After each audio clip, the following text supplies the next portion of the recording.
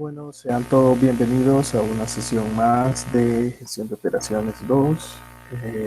Nos habíamos quedado desarrollando la parte de logística de distribución y en esta cuarta sesión que estamos teniendo vamos a revisar la parte de los criterios para la selección del transporte. Como ya les había mencionado, vamos a adelantar algunos temas para que puedan desarrollar el proyecto de aplicación, así es que vamos a avanzar con ese tema.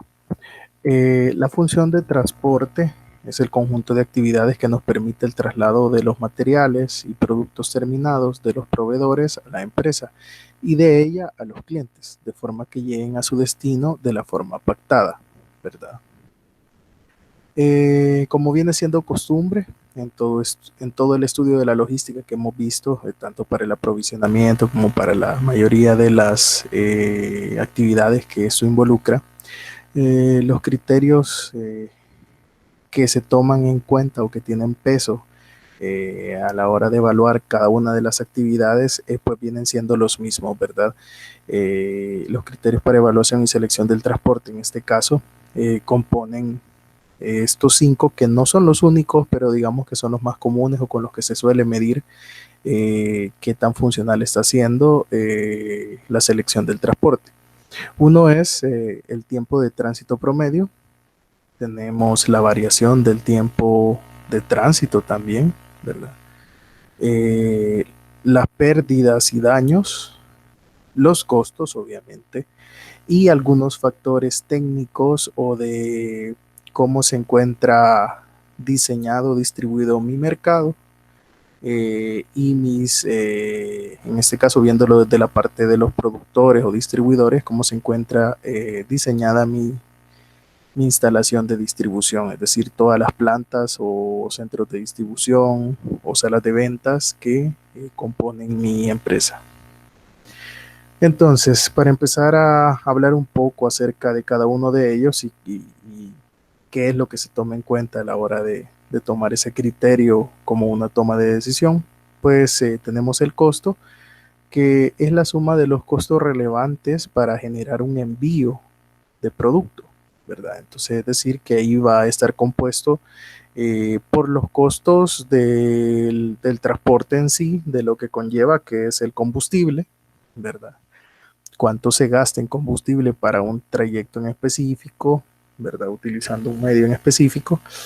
La mano de obra, ¿verdad? Es decir, el pago del motorista o de los involucrados, si es que se va a incluir ahí personal de carga y descarga, ¿verdad? Etcétera. La parte del mantenimiento, que de alguna forma tenemos que poder prorratear ese mantenimiento en todos los viajes que vamos a hacer con esa unidad de transporte, ¿verdad? La depreciación del transporte, que obviamente va sufriendo un desgaste y que después de un tiempo nos va a tocar renovar esa flota de transporte, entonces obviamente se va cargando ahí ese costo, ¿verdad? Y cualquier otro cargo administrativo, ¿verdad? Porque detrás de toda la operación, pues siempre van a haber algunos procesos administrativos que conllevan, que también suman costos a la tarifa de transporte. Luego tenemos el tiempo de tránsito medio, ¿verdad? Que básicamente es cuánto nos está tomando realizar un desplazamiento en específico con el medio de transporte que hemos seleccionado, ¿verdad? Desde su origen hasta su destino, ¿verdad? Entonces, en este caso, básicamente nosotros tomamos un parámetro, ¿verdad? Si tenemos, por ejemplo, eh, un desplazamiento por camiones, ¿verdad? De una distancia A a una distancia B, pues el tiempo promedio que me pueda llevar, ¿verdad? Haciendo un cálculo estimado que ahí son tantos kilómetros, el transporte va a ir a tantos kilómetros por hora, entonces el tiempo promedio debería ser este, ¿verdad? Claro, sabemos que de eso puede haber una variación, pero se espera que ese sea el tiempo, un tiempo eh, promedio alcanzable, ¿verdad? En este caso, ¿verdad? Porque va a depender de cuál sea la velocidad a la que tomemos de parámetro para decir, ok, el transporte se va a desplazar a esta velocidad o a este promedio de velocidad, ¿verdad? Se le evalúa para los distintos medios de transporte que se puedan utilizar para el mismo recorrido, incluso si este no depende de un solo tipo de transporte. Es decir, vamos a ver ahí que nosotros tenemos ciertos medios de transporte, por ejemplo, como el terrestre, en el caso de los camiones, de los trenes, que muy probablemente van a poder llevar el producto desde el punto de origen que se llame la planta productora o el almacén, etcétera, hasta el punto de destino, que es donde lo van a adquirir o lo van a guardar, ¿verdad?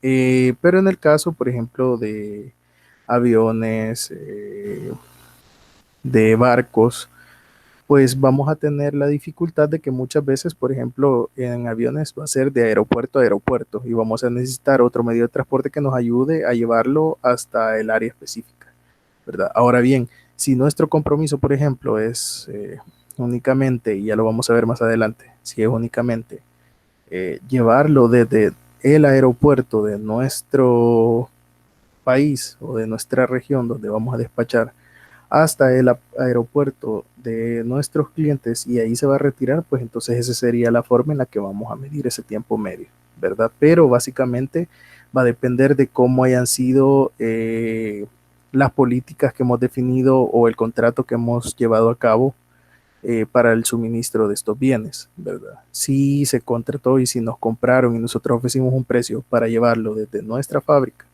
hasta la fábrica de ellos o hasta el cliente final, pues así deberá de ser y ese es todo el tiempo que vamos a incurrir desde que lo cargamos hasta que lo descargamos allá donde el cliente, ¿verdad? Eh, Siempre en el tiempo de tránsito medio, pues deben de definirse los puntos de inicio, como estábamos hablando ahí, fin que servirán para limitar el trayecto a medir, ¿verdad? Es decir, lo que vamos a tratar es de poder medir eh, a los diferentes medios de transporte que seleccionemos para hacer la comparación bajo los mismos parámetros o parámetros similares que puedan ser un punto de análisis para comparar todas las propuestas que tengamos, ¿verdad? Porque va a ser sumamente injusto que de repente midamos cuál es el costo de un transporte terrestre, ¿verdad? Desde nuestra fábrica hasta la fábrica del cliente, pero en el caso de los aeropuertos, por ejemplo, solo midamos eh, desde nuestra fábrica hasta el aeropuerto del cliente, ¿verdad? Quiere decir que el trayecto del aeropuerto a la fábrica del cliente no lo vamos a estar tomando en cuenta y por ende pueda que no sean eh, comparables esos costos, ¿verdad? O ese tiempo promedio que toma en llevarlo de un lugar a otro, ¿verdad? Entonces, como dice ahí, podemos tomar de puntos de referencia puertos, en el caso de barcos, aeropuertos, ¿verdad? Fronteras e inclusive de fábrica a fábrica. Por lo general nos interesa asociarlo con los Incoterms, que es lo que íbamos a ver, ¿verdad? Hay ciertos Incoterms que están relacionados con el contrato o con la compra que nos realizan nuestros clientes y con la que nosotros definimos cómo va a ser la entrega de este producto, desde dónde hasta dónde nos comprometemos a hacerlo, ¿verdad? Entonces, me imagino que ya esto tienen que haberlo visto en algunas materias anteriores, pero ahí hay como una consolidación de los diferentes Incoterms que podemos ocupar, ¿verdad? El ex-work, por ejemplo, que abarca desde la puesta en fábrica, o sea, nosotros terminamos de producir y desde nuestra fábrica eh, corresponde al cliente que vea cómo moviliza eso, ¿verdad? Entonces, cuando eso es así, quiere decir que la distribución a nosotros no nos implica nada, ¿verdad? Porque nosotros desde nuestra fábrica, ahí le decimos, ok, aquí está su producto, que venga su transportista y que se lo lleve, ¿verdad? Pero eso ya no nos toca a nosotros. Entonces, lo bonito empieza cuando ya empezamos a ofrecer cierto desplazamiento hasta cierto punto, ¿verdad? Por ejemplo, el FCA, que va hasta un puerto de embarque, ¿verdad? O hasta una donde se va a empezar a mover, a una terminal de desplazamiento. Entonces ya ese trayecto empieza a contabilizar para nosotros como un costo de distribución. Y igual empezamos a ver, por ejemplo, el CIP o un DAP, ¿verdad? Donde ya nosotros nos estamos comprometiendo básicamente en llegar hasta donde el cliente, ¿verdad? Entonces todo este trayecto ya es parte de nuestro costo logístico para la parte de distribución y es donde nosotros empezamos a comparar qué no funciona más, si es por barco, si es aéreo, si es terrestre, etcétera. Entonces, la variación del tiempo de tránsito es otro de los puntos que vamos a tomar en cuenta y básicamente este factor mide qué tanto difiere el tiempo de transporte por cada proveedor con respecto al tiempo promedio registrado para un trayecto en específico. Vea, bajo una composición de ruta, como hablábamos, ya sea uno o varios tipos de transporte, ¿verdad? Entonces se puede definir también como la medida de incertidumbre en el desempeño del transportista, es decir, qué tanto nos van a fallar con el tiempo que hemos establecido. Y aquí viene algo interesante. Nosotros, por ejemplo, podemos haber definido que, por ejemplo, aquí hablamos de días, ¿verdad? Entonces, este proveedor tiene un tiempo promedio que nos va a entregar en 8 días, ¿verdad? O en el caso de nosotros, nosotros somos el proveedor y vamos a entregar en 8 días. Y entonces empezamos a ver que de los diferentes envíos que se han generado, algunos están más tardados, otros están mucho antes. Los que están mucho antes, pues para nosotros no nos genera, viéndolo desde el punto de vista del distribuidor o del que está vendiendo, no nos genera problema, porque si llegamos antes, pues para el cliente mucho que mejor, ¿verdad? El problema son los que se tardan más y para nuestro cliente también es lo que le afecta, porque él está contando que en esos 8 días él va a tener su producto. Si le llegan más tarde, lo que implica es que el cliente no va a tener su producto y va a caer en un desabastecimiento. Y lo que implica para nosotros es que no estamos cumpliendo las condiciones de entrega de nuestro cliente y por lo tanto no estamos dándole la satisfacción que él requiere con nuestro servicio de distribución. Entonces, mientras más esto se aleje del tiempo promedio que nosotros hemos estimado, es una medida que evalúa mal un servicio de transporte, ¿verdad? Mientras más diferencia haya del tiempo promedio, ¿verdad? Cuántos envíos se salen de ese tiempo promedio, ¿verdad? Y sobrepasan ese tiempo promedio, entonces eso es un factor negativo para evaluar a nuestro servicio de transporte. Luego tenemos la parte de las pérdidas y daños, ¿verdad? Donde con este elemento pues se busca medir el riesgo de las pérdidas ocasionadas por daños del producto o pérdida completa de la carga, ¿verdad? Esto puede suceder pues como ven acá en un transporte que se estivó tal vez mal o la estiva fue mal hecha o realmente fue el proveedor, el transporte el que no le daba estabilidad a la carga y terminó desbordándose y dañando el producto. Dependiendo del producto que sea, esto es recuperable o no es recuperable. Entonces, por ende, cuando el cliente reciba, cuando llegue donde el cliente se va a llevar la sorpresa que este producto él no lo puede recibir y muy probablemente lo que va a pasar es que nos van a regresar todo el contenedor. ¿Vea? Entonces, ¿qué va a implicar eso? Va a implicar un costo para nosotros más alto porque además de la pérdida del producto que se dañe, nosotros vamos a incurrir en una pérdida de efectivo, de tiempo, ¿verdad? De todo lo que implicó mover este transporte para allá y como ya lo veíamos en los costos, implica que va a haber un pago de mano de obra que no se va a justificar porque no va a recibir su producto, ¿vea? Y por lo tanto no nos van a pagar.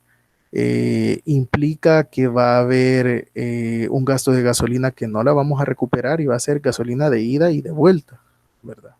Porque vamos a tener que volver a hacer el viaje.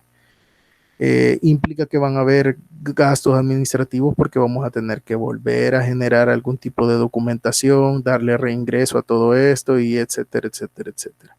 Entonces, si se fijan, daños en nuestros envíos, ¿verdad? Ya sea parciales o como se ve aquí, totales, son un alto riesgo donde nosotros tenemos que evaluar qué transporte nos puede generar mayor factor de riesgo. Ahora, como vemos ahí, podemos tener diferentes tipos de daño, ¿verdad? Producto dañado por estiva inadecuada, ¿verdad? O porque las condiciones de manejo del transporte no son las correctas, colisiones del transporte que de repente tengan algún accidente y se pierda la carga, ya sea completa o parcial. En el caso de los marítimos es todavía más complicado porque, por ejemplo, eh, Si de repente este barco lleva algún sobrepeso y se encuentra, por ejemplo, con alguna tormenta o alguna situación desfavorable y tienen que liberar peso, ¿verdad? El transporte dentro de sus cláusulas ya tiene especificado que él puede liberar por la borda cualquier cantidad de contenedores con tal de mantener la estabilidad, ¿verdad? Entonces, si nosotros no aseguramos esta carga, muy probablemente ese producto lo vamos a perder si nos toca hacer de los contenedores que aventaron al mar, ¿verdad? Entonces, eso implica que, por ejemplo, el costo ahí se nos va a elevar un poco porque vamos a tener que cargar con un seguro de nuestras cargas, ¿verdad? Que son cosas que tal vez en otros medios de transporte no lo vamos a necesitar porque no va a haber ese factor de riesgo, ¿verdad? Entonces es otro de las cosas que debemos de considerar. Y por último tenemos la parte de los factores técnicos. Le llamé así factores técnicos, pero realmente pueden ser descritos de diferentes formas. Podría ser tal vez como la adecuación de la distribución a la realidad, ¿verdad? Del mercado, ¿verdad? Porque, por ejemplo, si yo tengo que realizar una distribución a varios puntos en zonas cercanas, muy probablemente de ahí va a quedar excluido el transporte aéreo, porque no voy a tener chance de poder enviar un avión a cada punto o el mismo avión para que pase por todos los puntos, ¿verdad? Entonces, por ser zonas cercanas, tal vez lo que sea avión, marítimo, por barco, tal vez no me va a servir.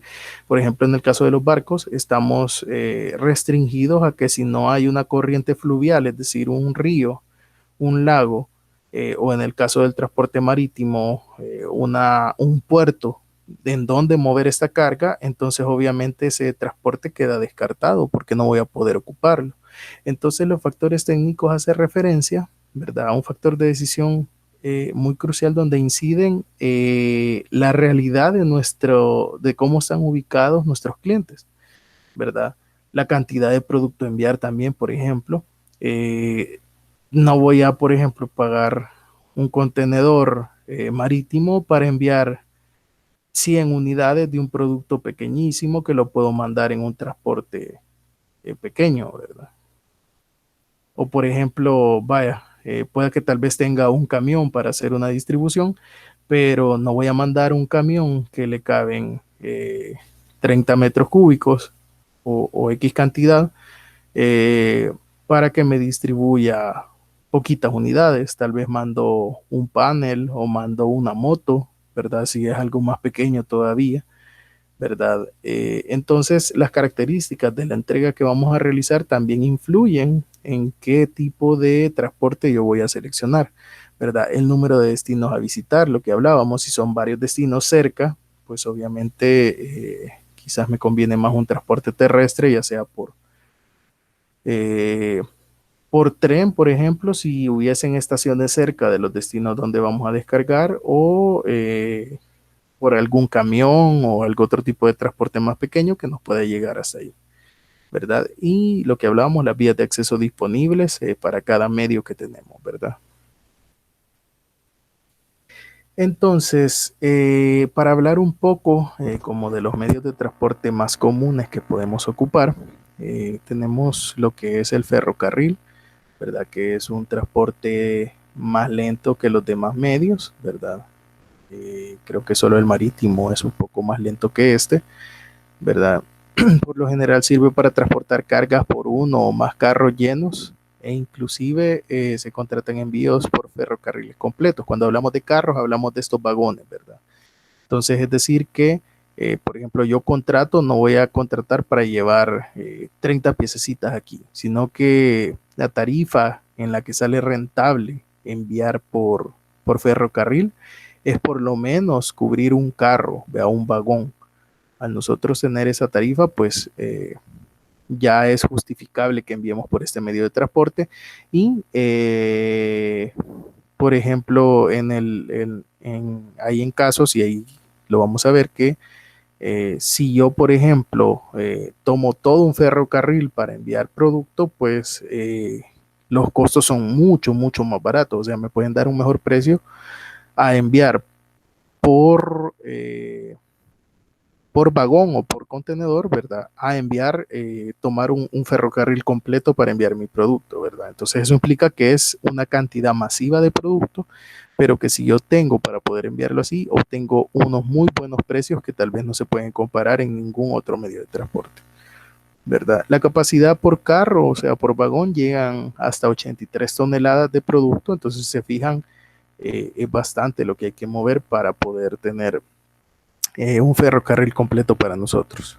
Ofrecen servicios especiales también el ferrocarril, como la adecuación para traslado de mercancías al por mayor, ¿verdad? Como granos básicos, carbón, ¿verdad? Si se fijan ahí, los vagones no necesariamente son de esos cuadraditos que acostumbramos a ver en las películas, o si alguno tuvo la dicha de andar en un ferrocarril, pues sabrán que lo asociamos comúnmente con esos vagones cuadrados, ¿verdad? Pero si se fijan, aquí hay varios estilos, ¿verdad? Algunos para llevar cuestiones a granel, otros para llevar materiales más robustos, que solo son como unas barandas a las orillas para poder llenar de material.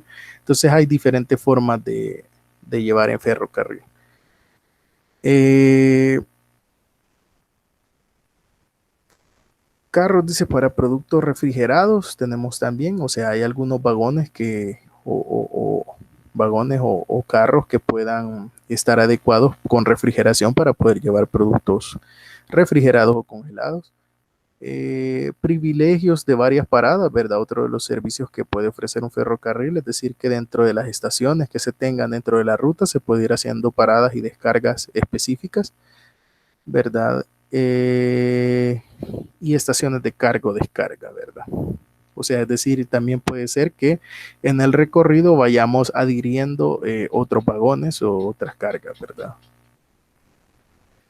Luego tenemos la parte de los transportes de camión, le llamamos, ¿verdad? Entonces ahí podemos tener los conocidos trailers, ¿verdad?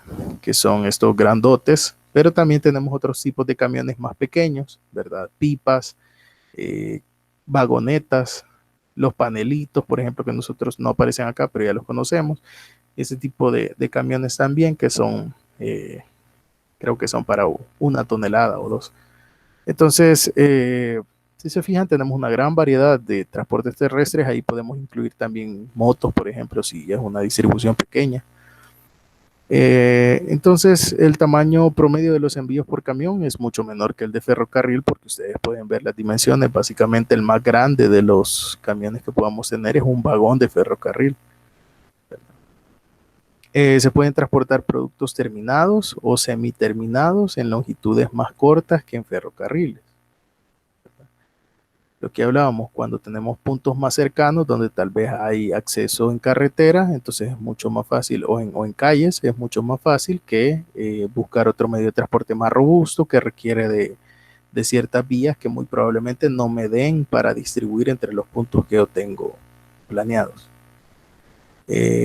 Para distribución a múltiples puntos en un área más pequeña, lo que hablábamos, su servicio por lo general es de puerta a puerta, ¿verdad? Es decir, vamos desde nuestra fábrica hasta el punto de entrega que nos han destinado, y su frecuencia y disponibilidad de servicios son mayores, ¿verdad? Es decir, vamos a tener una gran variedad de proveedores de transporte de estos, ya sea que sean nuestros, es mucho más fácil que nosotros podamos adquirir una flotilla de estos equipos, e igual que podamos subcontratarlos también, que nos presten servicio, que podamos contratar. Entonces hay muchas empresas que se dedican a esto, y la disponibilidad pues casi que siempre va a ser eh, buena para nosotros, ¿verdad?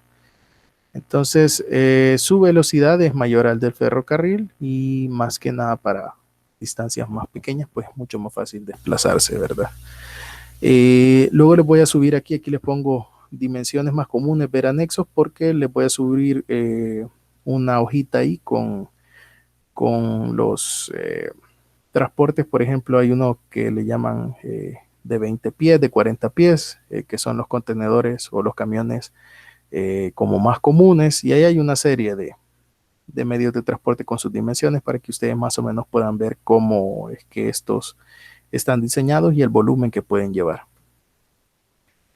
Tenemos también los tipos de transporte aéreo, ¿verdad? Si se fijan ahí, FedEx, Ops, ¿verdad? Que son diferentes empresas de transporte aéreo que brindan servicios de consolidación de carga, ¿verdad? Donde yo llego y digo, mire, quiero enviar tanto volumen de carga y ellos se encargan de hacer la distribución. Obviamente va a ser bien difícil que una empresa pueda tener un avión para generar eh, una distribución, ¿verdad?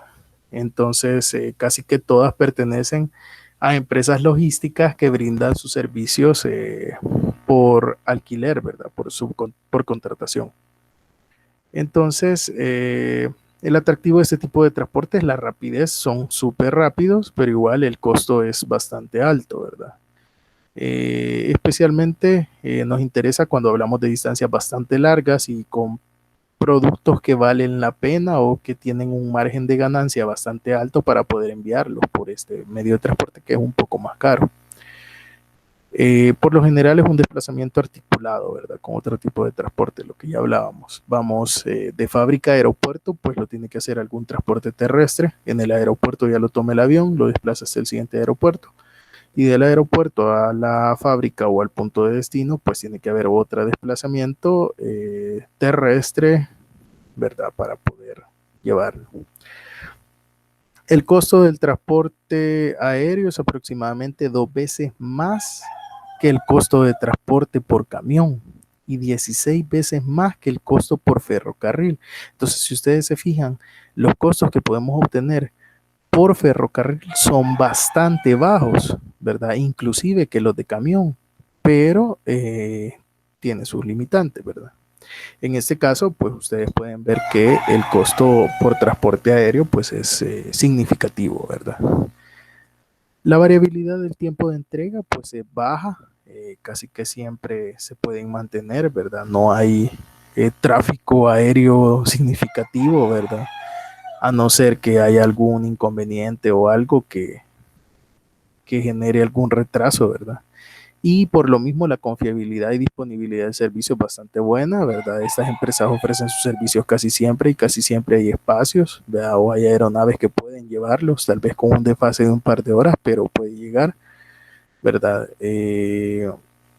Por tener que esperar algún, si ya se tiene lleno algún espacio, ¿verdad? Pero solicitándolo con anticipación, pues obviamente se puede generar.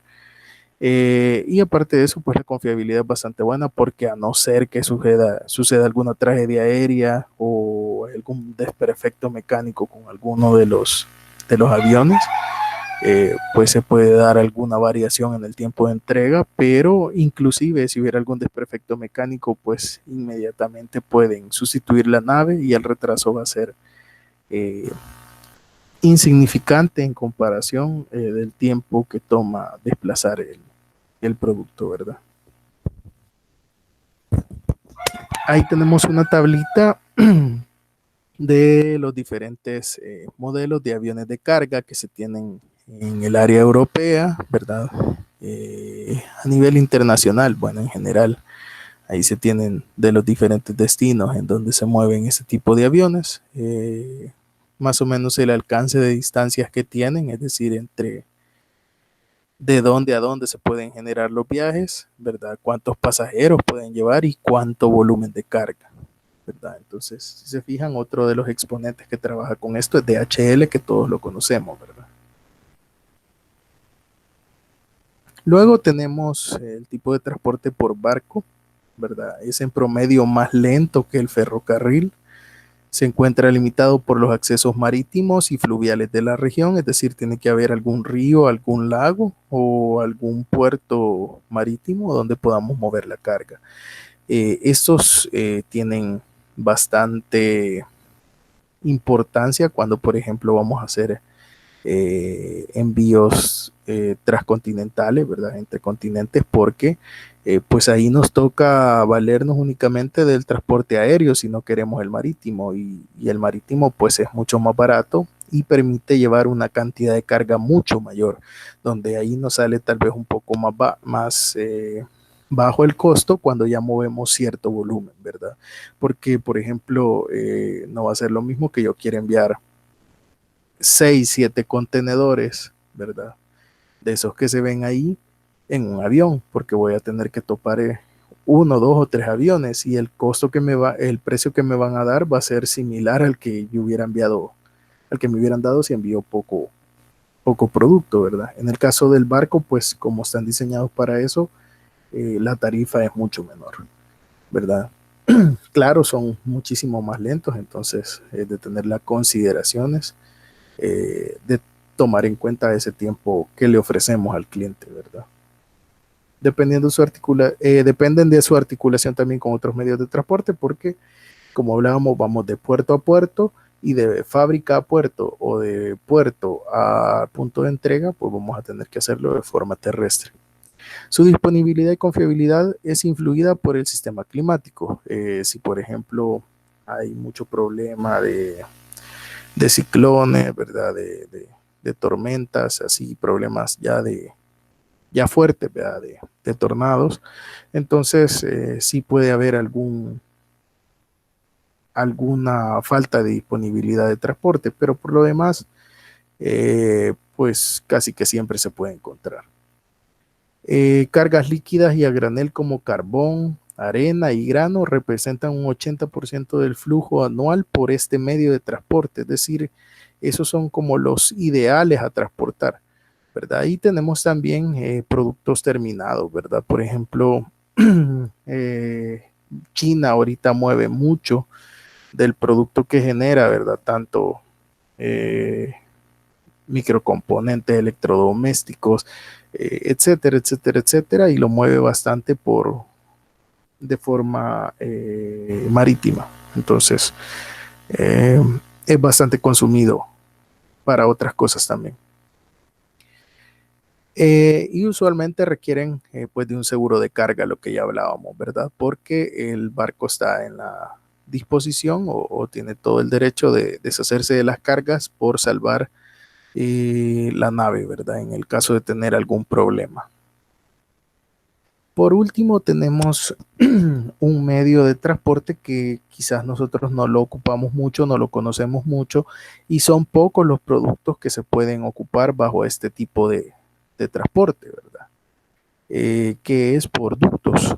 Por ejemplo, del Golfo de México, la petrolera que se encuentra ahí envía gasolina, petróleo y diferentes derivados hacia ya sea México y Estados Unidos, ¿verdad? A través de estos ductos.